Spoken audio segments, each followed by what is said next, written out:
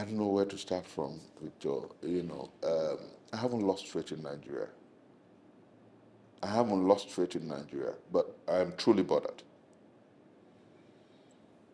I haven't lost faith in posterity, but I'm truly bothered.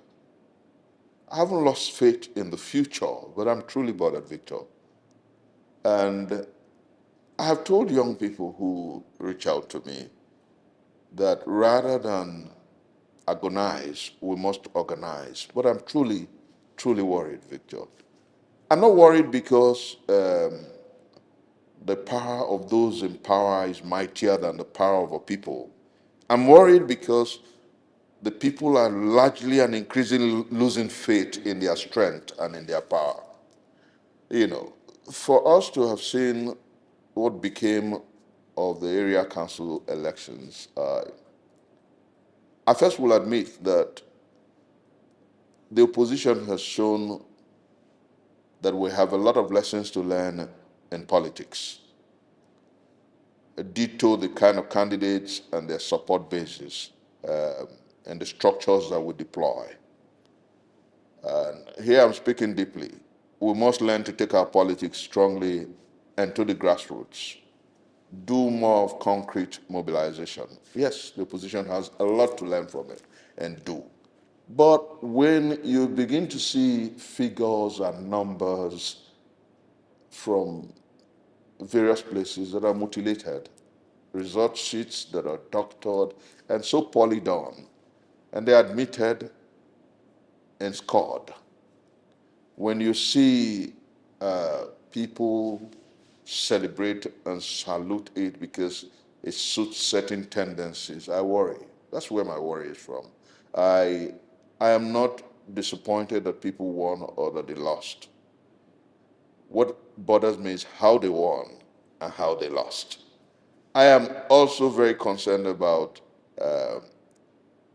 what lessons we must learn and what it portends with 2027 just ahead of us. This is the test case, if you like, for the rigging of 2027 elections. That's why I'm worried. This is a test case, if you like, for the surreptition of the strategies and its people. You saw the Electoral Act, you saw the clauses, and you saw the proviso. The Nigerian people asked for premium time, record time transmission of results. They came with the proviso. Whereas, Victor, we were told long ago that the beavers does not necessarily need networks to transmit elections, that they are all built in. Like the bank network, they are all built in. You do your transaction in the network, intra-network, not inter-network. The beavers is hooked naturally to the server, to the IRF. And so when you transmit, when you leave the location where there's service issues, it will definitely get to the IRF. So what you understand, if INEC has said that at several fora, then why are the National Assembly representatives of the people deceiving, deluding, and lying to us? There's something to worry about, really. The first point to worry about is that those who pretend our democracy today are not mindful of the word called integrity or character. And it doesn't matter to them whether the electoral process is compromised, shortchanged, and whether the people doubt the credibility of the electoral process. And let me tell you, the apathy we saw in the local government area council elections in Abuja further rehearses those words of Stalin. I think it was Stalin who made that quote popular, that necessarily it is not the votes that counts, but the one who counts the vote that matters. I think that's blatant. In that how sad it has become. So the people are internalizing that belief and faith, sadly. The people are beginning to believe that I have no reason for which to go out to vote.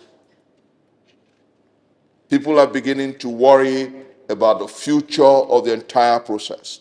And I have always said that congruent with democracies is the freedom of the electoral process. If the electoral process is not free and fair, then democracy lacks substance and credibility. You cannot call it a democracy, And sadly, those who pretend the nation today do not care whether what we have is democratic, so long as men in mufti rather than men in khaki, so long as they get themselves back to power through less than proper means, it doesn't matter to them. And now they have struggled to etch electoral larceny as part of the electoral law. I said a few days ago in a sister station that my pity is for Amopiton and his INEC, where the new law gives him an alibi and an excuse for failure. Then you ask yourself, which people have done this? It is those who know that they cannot win free and fair elections. They are parachiks and supporters of Mr. President who are standing on a collapsing mandate.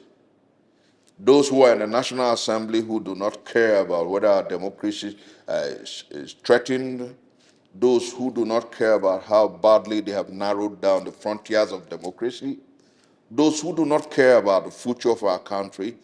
And those who put before us an electoral act that does not carry the aspirations of the people.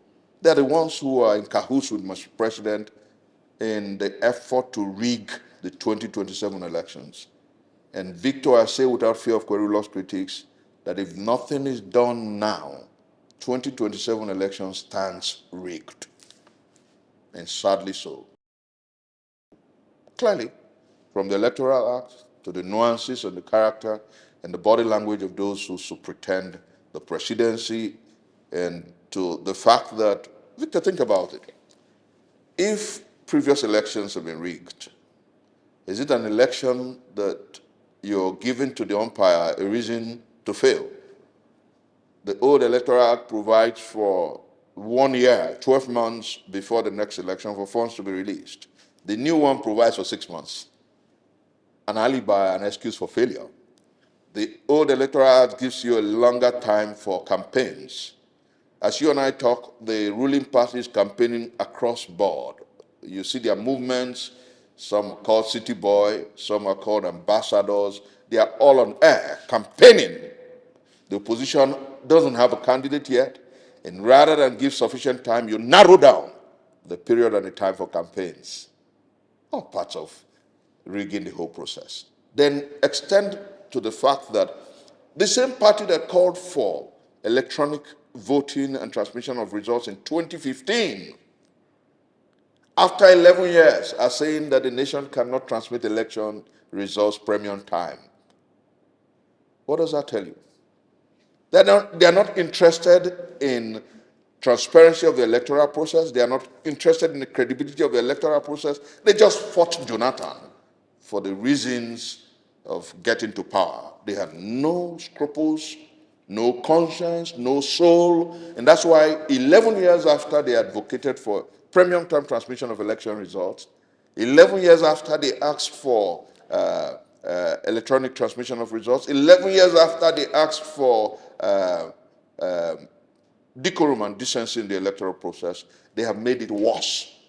The Electoral Act under them gives you, rather than give fight, fire, and strength to the aspirations of the people, has come to narrow down the latitude for transparency of the electoral process. And that's how sickening and sad it is. So I talk to you, and I, with deep pain in my heart, pain in several ways. Pain in the fact that we have people who answer His Excellency who are far from excellence. Pain in the fact that we have people who call themselves distinguished senators who by no means are distinguished. Pain in the fact that we have people who call themselves honorable lawmakers who are absolutely dishonorable. pain in the fact that we have people who should concern themselves about how our country gets out of a nadir, out of poverty, disease, and despondency.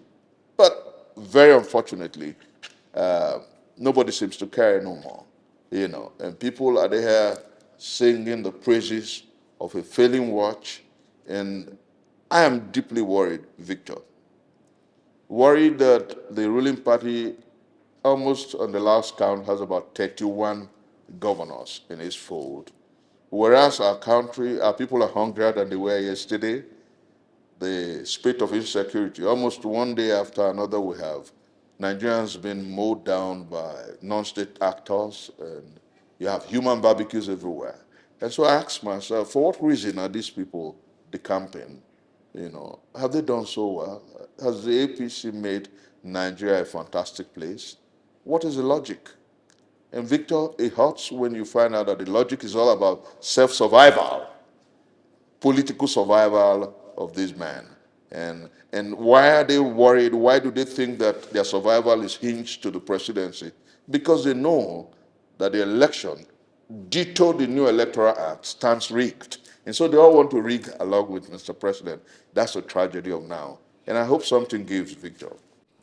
All right, let's wrap up on the FCT elections. Some persons have argued that the announcement before the election may or may not have impacted on the outcome of the elections. And there are also those that argue that what the FCT minister said, he will only support those who support the president. If you don't support him, he will not support you, presupposes that probably the election result had been written somewhere and waiting for the final day. What's your take on this?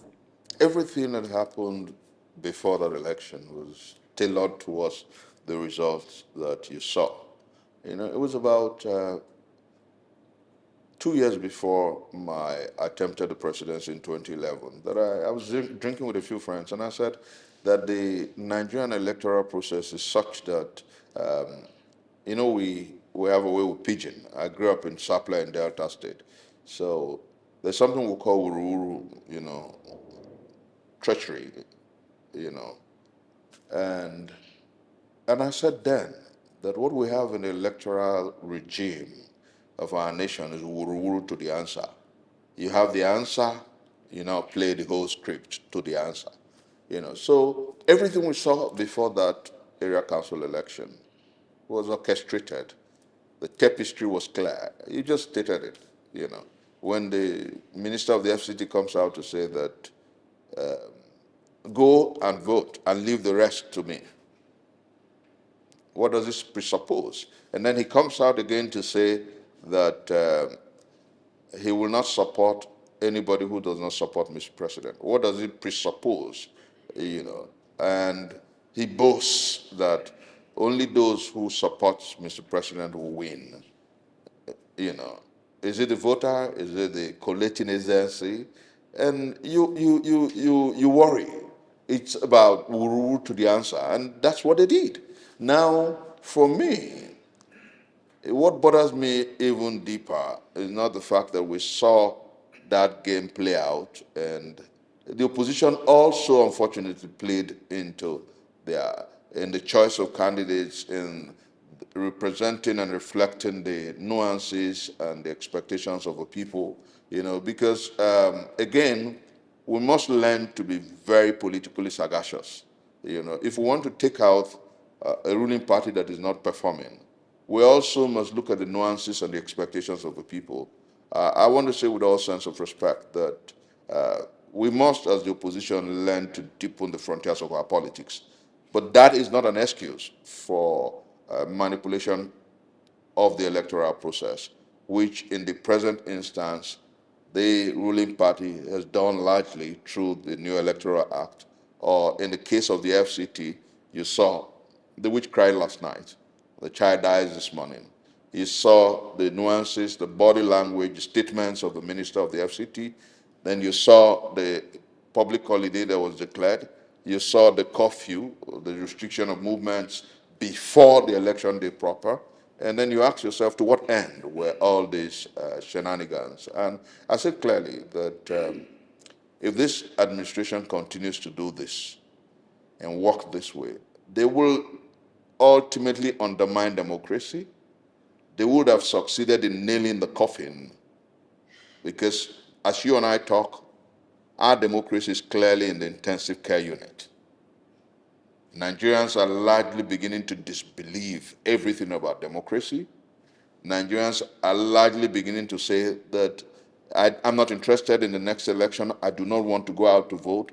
And for those who are partisans who think it doesn't matter, I think that they must begin to think again, because democracy loses its life when the people doubt everything about it. So we must begin to try to rebuild our institutions and rework our collective faith in the electoral process.